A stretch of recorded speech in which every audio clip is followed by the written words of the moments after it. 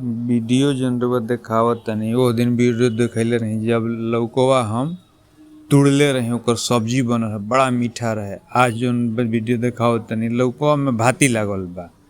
अभी छोटी छोटी भाती बा, भाती ढेर लागल बा। हाँ ढेर लागल बा। अब जब तैयार हुई नू तो सधी थोड़े बाटही के पड़ी। हाँ सधी ना बाटही के पड़ी। वीडियो रुआ के यही चलते देखावत तनी। अब पहले ओ दिन वाला वीडियो देखले रही कि जब ओकरा के तुरले रही आ सब्जियो बढ़िया भई रहे आ ओकर बजका हाँ बजको बढ़िया भई रहे। आ ई अभी जो लौका देखाव तनी तैयार हुई 2-4 दिन में तैयार हो जाई। जो तैयार हुई तोनो देखाई।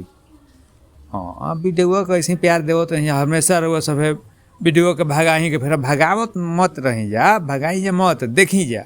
अरे तब नु बुझाला कि हाँ आदमी देखत तरन वीडियो। यही चलते रहुआ सब वीडियो हमरा बनावे एथी का रहे कि घर में आदमी बा देखावत रहुआ के वीडियो घरे के चीज रौरो सब है एकरा से बोई जा थोड़े बहुत तो 2-4 बिता जमीन में। हाँ 2-4 बिता जमीन में तो लौका कोहड़ा नेनुआ भिंडी सब बोआ जाई। हाँ झिंगुनी बोआ जाई। देखी जा वीडियो।